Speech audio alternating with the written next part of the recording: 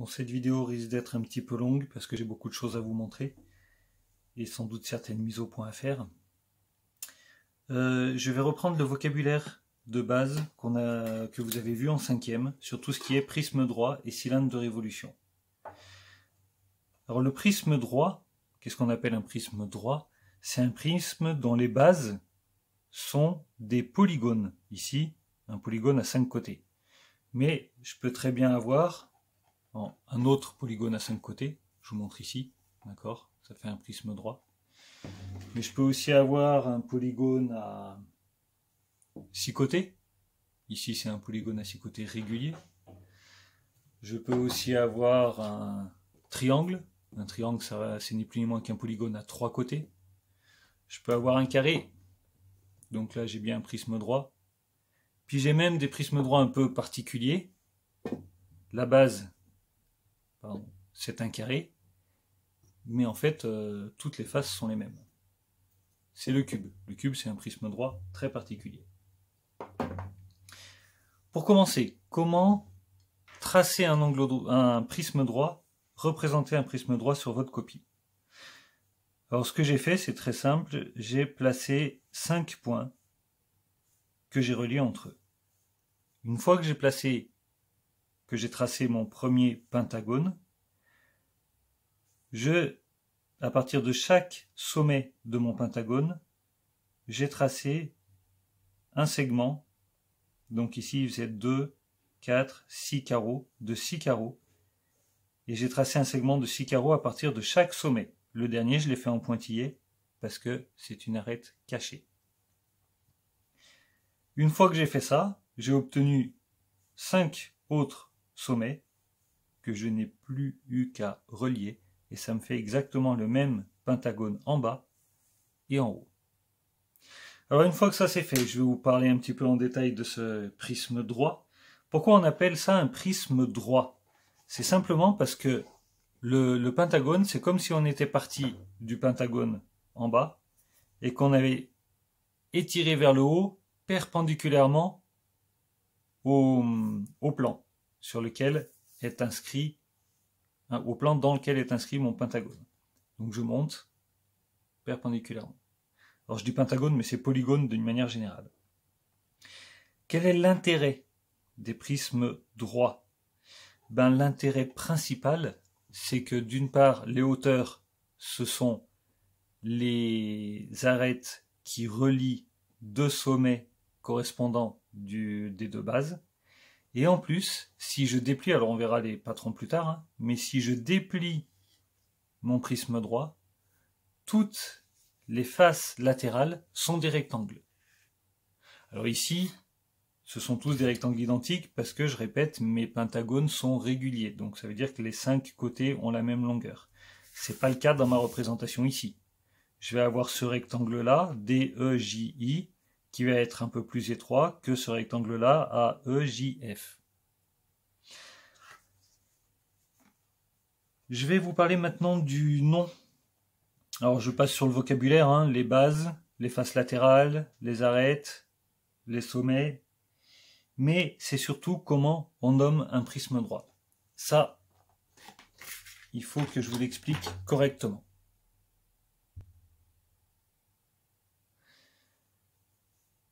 L'idée, c'est de nommer comme on veut la face du haut, une base.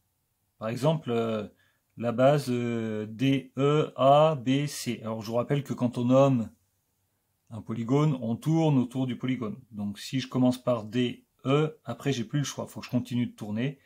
D, E, A, B, C. Je vais écrire en dessous de chaque lettre le sommet qui correspond à la base du bas. Donc D, sa correspondance c'est I. E, sa correspondance J. A, il correspond à F. B correspond à G. C correspond à H. Et maintenant j'ai le nom de mon prisme droit. Il s'appelle D, E, A, B, C, I, J, F, G, H. D'accord? Il suffit que je mette I, J, F, G, H ici. Et que j'enlève là. Alors on va voir si vous avez bien compris. Je lui donne un autre nom. Je pars de C et je tourne vers B. Donc ça veut dire que je vais faire C, B, A, E, D et les 5 autres lettres. Je vous laisse 2 secondes. La première lettre, c'est donc H, puisque c'est celle qui correspond à C. Donc on écrit en dessous. Hein. C, ça correspond à H, B à G, A à F, E correspond à J et D correspond à I. Donc ça va être H, G, F, J, I. Alors regardez bien comment c'est fait du coup.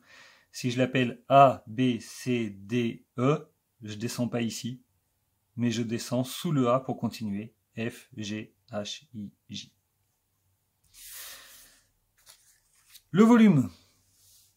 Alors le volume, c'est l'air de la base multiplié par la hauteur. Ça, vous le savez, je ne vous refais pas la démonstration, ça va être compliqué. Ça va être trop long surtout. Le problème, c'est l'air de la base. C'est-à-dire que si je vous donne ça, je vous souhaite bien du courage pour trouver l'aire d'un pentagone. Il n'y a pas de formule pour trouver l'aire d'un pentagone. Alors, l'aire du pentagone régulier, on va pouvoir le trouver. Éventuellement, on pourrait trouver une formule, mais sur un pentagone complètement biscornu comme ici, ça ne marche pas. Donc, si la base est une figure à 2 dimensions, un polygone qu'on connaît bien, comme le carré, comme le triangle, un quadrilatère ou un triangle, on va pouvoir avoir des formules pour ça. En revanche, si je commence à avoir 5, 6 côtés, là ça va être compliqué, on n'aura pas de formule générale. Du coup, soit l'exercice vous donne l'aire de la base, soit il vous explique comment calculer l'aire de la base avant de calculer le volume. Mais, il y a quand même des aires à connaître par cœur. Par exemple, les triangles. Alors, je commence par le triangle rectangle, j'aurais peut-être dû le mettre avant, mais je commence par le triangle rectangle. Comment on calcule l'aire d'un triangle rectangle? AB fois BC divisé par 2. Alors, je vous rappelle pourquoi. Et n'hésitez pas à refaire ça sur votre cahier de cours, une fois que vous avez copié. Il suffit en pointillé de tracer ça pour s'apercevoir qu'en fait, ici, on a un deuxième triangle rectangle parfaitement identique au premier. C'est d'ailleurs pour ça qu'on appelle ça un triangle rectangle, puisque c'est la moitié du rectangle. Et l'idée, c'est que calculer l'aire du rectangle, c'est AB fois BC. Donc l'aire du triangle rectangle, c'est AB fois BC divisé par 2, puisque c'est la moitié. Pour un triangle quelconque, il faut avoir ce qu'on appelle la hauteur. Ça passe par un sommet, c'est perpendiculaire au côté opposé. On a une hauteur. Et si je multiplie AB par CH, le CH, je peux très bien le retrouver ici. Ça, c'est aussi la longueur CH. Donc quand je fais AB fois CH, je calcule l'aire de ce rectangle-là.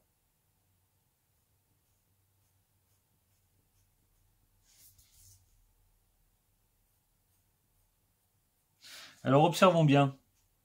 Ici, j'ai un triangle rectangle que je retrouve là.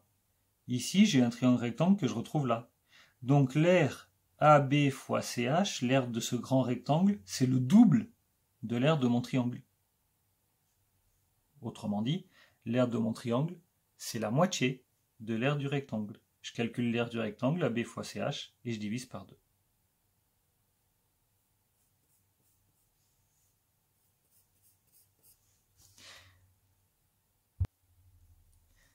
L'aire du rectangle, on vient de le dire, AB fois BC, je ne reviens pas dessus. Pourquoi j'ai marqué rectangle ou carré?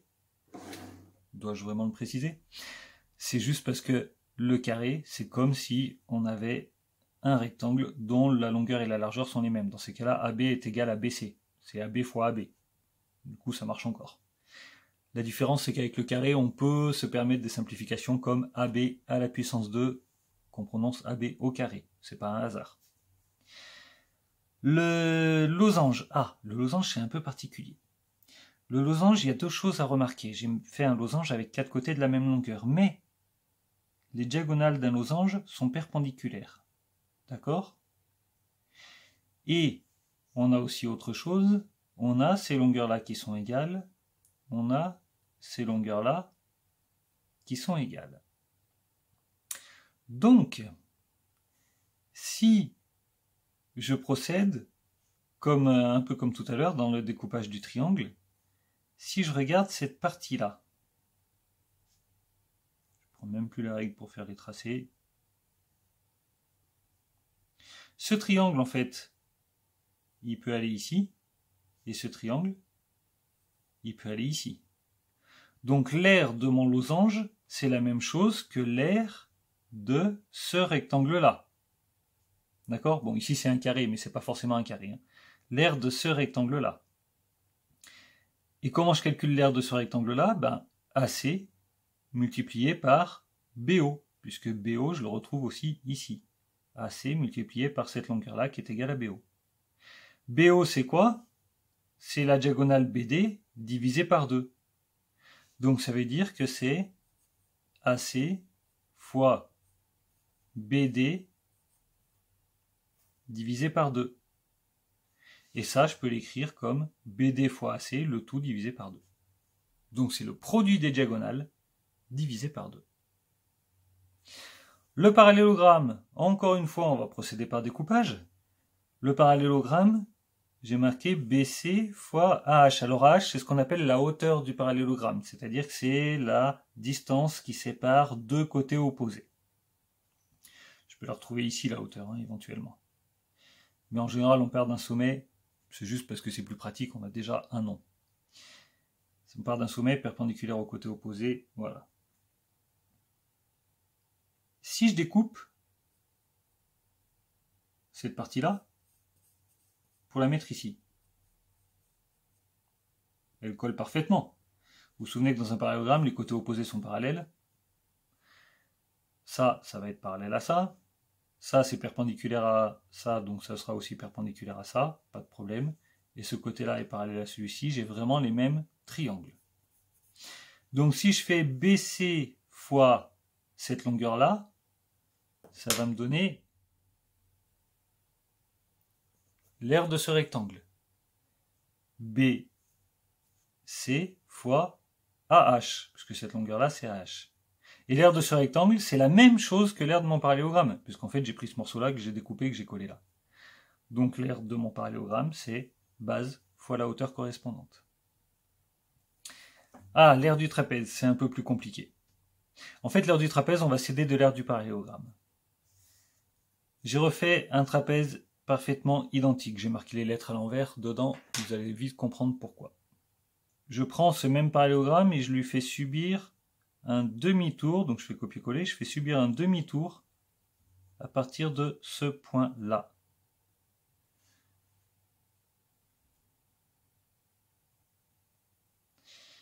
Alors, je rappelle que quand on fait une symétrie centrale, un demi-tour autour d'un point, le segment et son symétrique restent parallèles.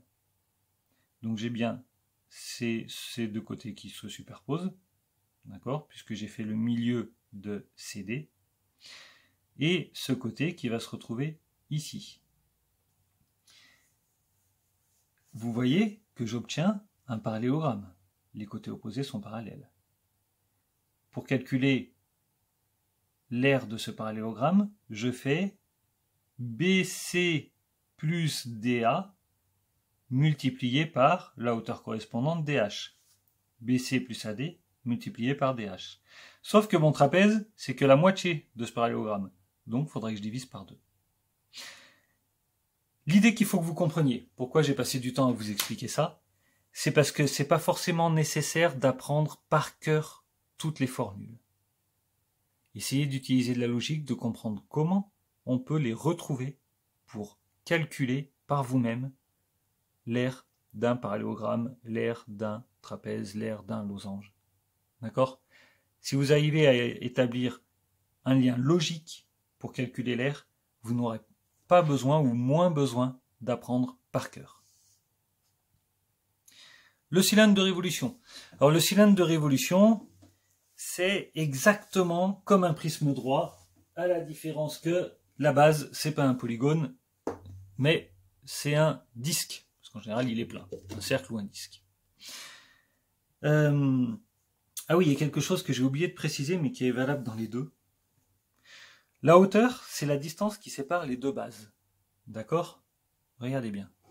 La hauteur, c'est la distance qui sépare les deux bases. C'est la distance qui sépare mes deux index. Quand je mets le prisme droit comme ça, la hauteur, elle est horizontale. Elle n'est pas comme ça. La hauteur, ça reste la distance qui sépare les deux bases. Si je mets mon cylindre couché, mon cylindre comme ceci, la hauteur, c'est ça. C'est pas cette longueur-là. Hein. C'est pas la verticale, la hauteur. La hauteur, c'est la distance qui sépare les deux bases. Donc si mon cylindre il est couché, la hauteur, elle va être horizontale, elle va pas être verticale. Donc gardez bien ça en tête. Ça va servir pour les exercices que je vous ai donnés en plus. Le cylindre de révolution, je vais vous expliquer après pourquoi on appelle ça un cylindre de révolution. Mais d'abord, je vous ai expliqué la hauteur, la base. Ah oui.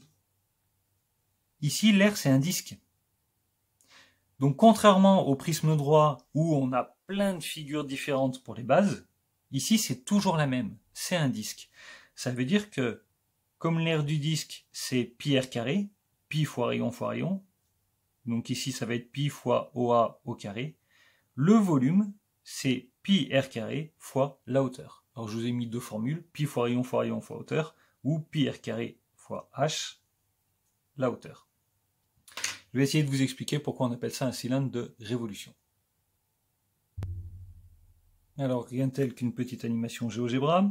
J'ai mon disque de base. Vous voyez le plan. Le disque bleu, il est représenté ici. D'accord, le disque bleu du plan, il est représenté dans ce plan-là. Et puis, en 3 dimensions, j'ai fait un rectangle. Alors déjà, la première définition qu'il faut que je vous donne, c'est une révolution. Parce qu'on n'est pas du tout en histoire, là. Donc en science, une révolution... Enfin, il y a des révolutions scientifiques au même sens que l'histoire, quelque chose d'extraordinaire qui change complètement la physionomie des sciences, mais c'est pas le cas ici. Là, la révolution, c'est faire un tour complet. Donc, par exemple, la Terre fait une révolution sur elle-même en 24 heures, en une journée. La Terre fait une révolution autour du Soleil en une année. Voilà, c'est ça une révolution, c'est de faire un tour complet. Donc je prends un rectangle, et par rapport à un de ces côtés du rectangle, je vais le faire tourner sur lui-même. Donc voilà ce que ça donne. Lorsqu'il tourne sur lui-même, il génère un cylindre. Et c'est ça qu'on appelle un cylindre de révolution. Lorsqu'on voit, il tourne sur lui-même. Ça veut dire que les deux bases sont bien opposées l'une à l'autre et que la hauteur du cylindre, elle relie les deux centres des cylindres. Alors, je vous ai fait un pseudo-cylindre pas de révolution, d'accord? Ce cylindre-là, c'est un cylindre. Les bases sont des disques parallèles, d'accord? Si je le pose là, voilà, si je le pose à l'horizontale, on va le faire comme ça. On va avoir ce disque-là qui est parallèle à celui-ci. Sauf que c'est pas un cylindre de révolution. Si je place un axe qui passe par les deux centres, ce n'est pas la hauteur. Ce n'est pas la hauteur parce que cet axe-là n'est pas la distance qui sépare les bases. La hauteur n'est pas, le segment ou la droite qui passe par les deux centres n'est pas perpendiculaire aux bases. Si je veux calculer la hauteur, il faut que je mette le sol ici. Et il faut que je mesure la distance entre le prolongement de ce premier cercle et le centre, on va dire, du deuxième. Là, j'ai une hauteur de 10 cm. Alors que la longueur qui sépare les centres, elle va être de 13 cm. C'est pas la même chose que la hauteur. Bon, j'espère que vous aurez compris le principe du cylindre de révolution, parce que vous allez voir, le cône de révolution, c'est la même idée. Alors, abordons maintenant le chapitre 4e. Là, on vient de finir la révision de 5e. En 4e, on va voir une pyramide. Ben, une pyramide, c'est presque comme un prisme droit, sauf que ça finit en pointe. Voilà. Là où le prisme droit part tout droit, la pyramide, elle finit en pointe. Alors la pointe, elle n'est pas forcément au-dessus du centre de la base. Déjà, la base n'a pas forcément de centre, sauf si le polygone est régulier. Et c'est pas forcément au-dessus, mais ça finit en pointe. C'est l'essentiel qu'il faut retenir. Alors la pyramide, les pyramides les plus connues, ce sont ces pyramides-là, les pyramides à base carrée, puisqu'il y en a plein en Égypte. D'accord ? Mais ce n'est pas forcément ça, ça peut être n'importe quel polygone, comme je viens de vous montrer ici, polygone à 6 côtés. Alors comment on fait pour représenter un prisme, une pyramide, pardon. Ben, on fait comme tout à l'heure, on fait un pentagone en plaçant 5 sommets, et puis on met un point un peu plus haut qui s'appelle le sommet principal. Et à partir de ce sommet principal, on relie chaque sommet de la base. Alors il suffit ensuite de respecter les pointillés. La hauteur, ça part du sommet principal et ça descend perpendiculairement à la base. Donc ici, vous voyez bien que le pied de ma hauteur, il n'est pas au centre. D'ailleurs, il n'a pas de centre. Le pentagone, qui n'est pas régulier, il n'a pas de centre. Si, il a peut-être un centre de gravité. Mais... alors, toutes les bases, toutes les faces latérales sont des triangles. Ça, c'est le côté intéressant. C'est que toutes les faces latérales sont des triangles. Si je le déplie comme ça, on le voit bien. D'accord, on voit bien le patron. Hop, j'en profite, je referme, et j'ai ma pyramide.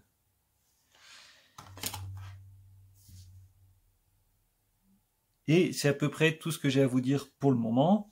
Le cône de révolution, pareil, je vais vous montrer la petite animation. Le cône de révolution, c'est comme la pyramide, à la différence que la base est un cercle ou un disque. Une petite particularité, ici on avait des arêtes latérales, ici on n'a pas d'arête latérale. Mais SA, on va appeler ça une génératrice. Et je vais vous montrer tout de suite pourquoi. Donc on se retrouve un peu comme dans la configuration du cylindre, sauf que ce coup-ci, j'ai mon sommet principal et j'ai ce que j'ai défini dans le cours comme étant une génératrice. Alors pourquoi une génératrice? C'est parce que je vais rester fixé au sommet principal et je vais faire tourner le point autour du cercle de base. Et regardez ce qui va se passer. Voilà, c'est en train de créer un cône. Et c'est un cône de révolution. Alors pourquoi c'est un cône de révolution? D'abord parce que c'est généré justement par une génératrice qui tourne autour du cercle de base, et il a la particularité d'avoir le sommet principal qui est, on va dire, à la verticale, alors c'est pas bien ce terme, hein, mais à la verticale du centre de la base. Ça veut dire que la hauteur, voilà, ça veut dire que la hauteur du cône de révolution, elle part du sommet principal et elle relie le centre du cercle. Elle n'est pas à côté. Le sommet, il est voilà. La hauteur, elle relie le centre du cercle au sommet principal.